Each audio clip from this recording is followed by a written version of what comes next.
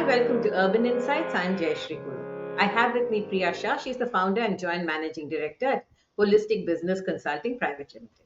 Thank you so much for joining us, Priya. Priya, you have recently been on the NAREDCO MAHI study tour to Singapore. You're also a vice president at the national level in NAREDCO MAHI. So tell us a little more about this trip itself and also what do you do and how NAREDCO MAHI association helps you in your work as well. Okay, so I've been a real estate advisor and a financial consultant for more than 20 years.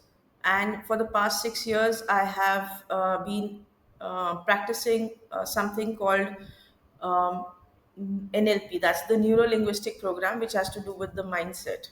So, changing things at the mindset level.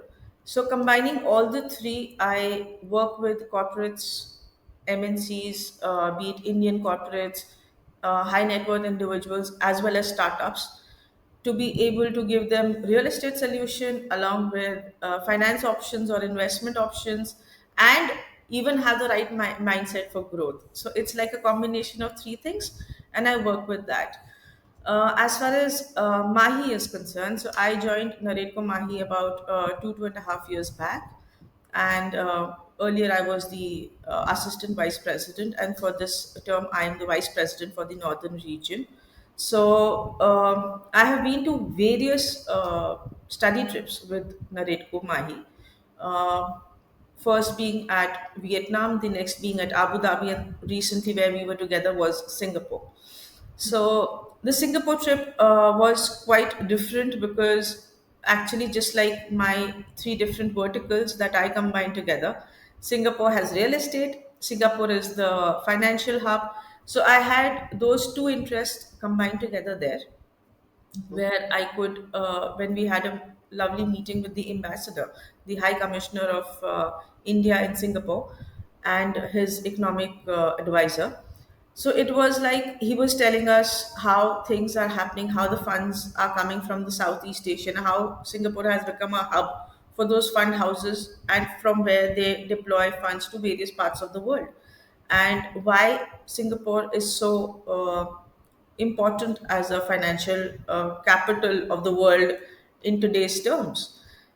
How it eases business, how it makes it possible for them to be there, to have their presence there, and be able to work with various countries from there. The ease of business and the funds movement was very well explained, and we all know it. But coming from our High Commissioner, who's been there for more than 1.5 years, it was easier to understand. Real estate out there. So the other part was the real estate. The problems that India faces and Singapore faces are similar, but on a very different levels. So they are a population of about 60 lakhs, and we are like crores and running. So we cannot, like, it's not even apples and oranges. It's totally two different. It's like a lemon and a watermelon. But at the same time, there were many things that happened there, which at a different scale we can even do it in India. Like, we went for the from them becoming having water which was not potable, which was dirty, how they converted all of that, cleaned it up, and made it potable to the extent that we see very less use of bottles and all for water there. And the tap has water which is, you can just pick up your glass, have water. If we make that in India, there's no dearth of water as a resource, but there's dearth of resource when it comes to potable water. So if you could use those techniques on a larger scale and convert water for potable purpose in India, we could be a very different kind of a nation. Like, we talk that third world war could be on water. So the scarcity of water, how it is turned around, that is something which we learned very well at our Singapore trip. Finance was the other option.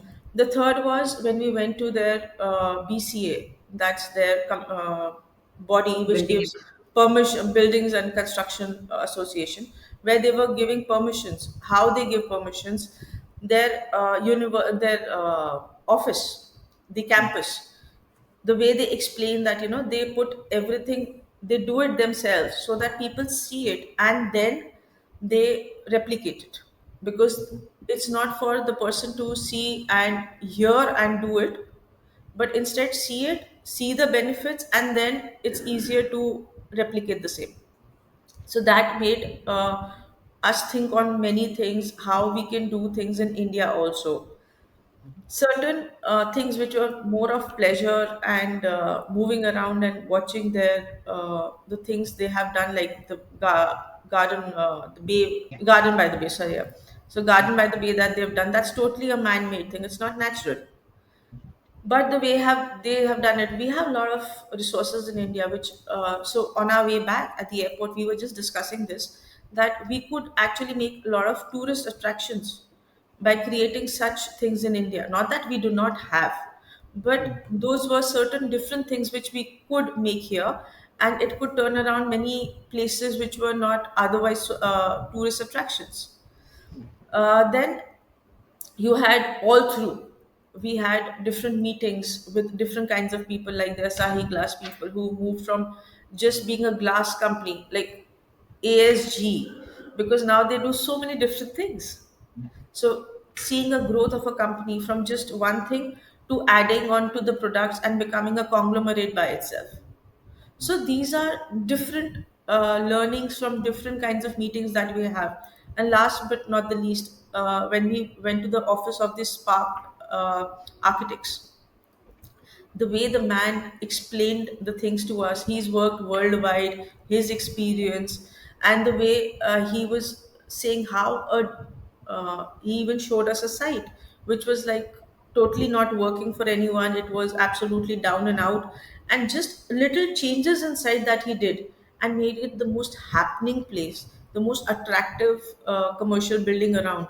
So learning from such experiences, you realize that there are at times we see buildings in India which are at a place which is very what do you call it, important Mm. location wise and all, but they're not doing well for themselves. So Right. certain small changes, and people go see it, like people are moving around, it's at a location which is very prime, people move around there, they see it, and they just would just generally say, this building is not doing well, or it's not giving a good vibe or whatever. So instead of having publicity, it is having a negative publicity because of its location. And just a little bit of change, how it can do well for that place, how can it do well for the surroundings, how it can support more places like a cafeteria. They have a gymnasium ring there, a boxing ring, a gymnasium inside. It is even supporting other retail and office places. So one small change could have the dynamics around totally different. So Mm. you see that during the day, different places, or different days, different meetings and all, everything was a learning experience, and very diverse learning experience. I think the group we went with was also quite diverse, though everyone was related to real estate, but everyone came from different specialization. So everyone picked up what was good for them, as well as learnt about things which was not in their map initially. And what were the key takeaways for you that you could probably bring to your organization? Yeah, so finance thing, obviously, the biggest takeaway for me was the meeting with the ambassador and learning how we can get the finance companies to interact with us more. The financial institutions, rather, they're not companies, they're institutes, they're fund houses. Then how they could support us in taking the developments from here and selling it to people in Singapore. How could the Indian investors as well as other investors in Singapore could be brought to India? So there was a link which was established, and that was a great takeaway, and that too with a country like Singapore. Absolutely. Now, how do you propose to establish these links in the long term? Do you have any ideas on how that can be done? Yeah, so the way we discussed with them, so NAREDCO Mahi, which becomes a point of contact, a platform through which we can interact with various, like right now we have with Singapore. Earlier, even with Vietnam, with a lot of associations there, the building association, the construction association, certain big companies out there, we had made these breakthroughs. So NAREDCO Mahi can provide a platform wherein even our own developers from NAREDCO, as well as Mhm. other people, can use this platform to have connections and interact with them, get work with them. And as you start working with them, you realize that there is more potential than what you could just see. Yeah, That could lead to absolutely. exchange of people from India to Singapore, Singapore to India. It could be employment, it could be work-wise investors, it could be funding, it could be lot many things. Right, absolutely. Now that you're back, how do you leverage? You made friendships while you were on the tour. You also made contacts with the companies when you were there. How do you propose to leverage these on a long-term basis? How do you keep in touch? Do you have a plan? See, the world has become a small place. You have a WhatsApp, you have a FaceTime, you have your mails. So it really doesn't seem that, पहले जैसे कहते थे सात समुंदर पार. Now it's not like that. It's a small world, and you can connect easily. You can have your Zoom calls, you can have your meetings online. So until unless it's really necessary for you to get up and go to that country, many things, since you've had a face-to-face meeting, many things can now be done online to a large extent, understanding their needs, letting them know of what we need of them, and create a pipeline of things. And probably then go again once, as the High Commissioner has said, that you please come and I'll organize something for you people. Whatever you need, I'll call the related people. So, on a long term basis, it's like a delegation from India going to Singapore, maybe the Singapore people coming to India. So, it's more of like two countries working together. Right, And absolutely. on a personal front, whomever we went with, we have those relationships. Now we know better about those people. So we've been in touch, trying to understand more. Like, there obviously it was either a little bit knowledge about some person, a little bit more about some other person.